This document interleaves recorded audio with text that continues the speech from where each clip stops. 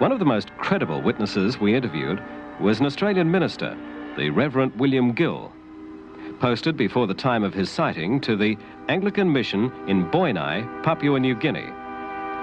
One night at 7:45, as he stood with 38 other people at the edge of the mission playing field, every one of them saw the same thing. Can you imagine what it's like to look up in the sky and see a totally foreign-looking object there just hovering, not very far high up, maybe 200 or 300 feet up in the air, and glowing, and two bipods jutting out from behind it, from underneath it, and sparkling all around, and some figures up there. This solid-looking object, and figures walking about on top, and not the slightest noise whatsoever. And so we waved. Wouldn't it be wonderful if we could get this object down onto the playing field? And as we waved, wondering whether we'd get some recognition and whether perhaps they would understand what we wanted, they waved back.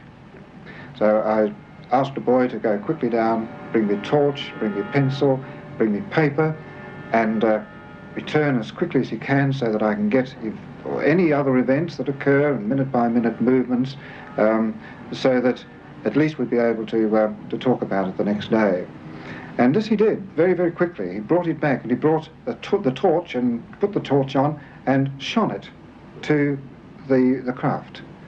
And as he did so, he waved or moved the torch this way. And we were dumbfounded when we looked at the craft, and the craft was as though it was responding to the torch. It began to do this too, you know, like a disc-shaped object, just moving the same way, responding to the movement of the torch. Next day, just prior to the evening service, about 7 o'clock, the thing was there again. It had arrived about an hour earlier, and we all decided to have the normal evensong that we do have on those nights, because, well, the thing was out there outside the church anyway, and we felt it wouldn't go away during the service, and it didn't. When we came out, there it was, still up in the sky. And so for another hour or two we watched, and then suddenly it did go, and there was this amazingly incredible speed that the whole craft disappeared to nothing across the bay in a matter of a second or so. From New Guinea to China, from China to Peru, native customs and beliefs reflect the history of such visits from gods of the sky.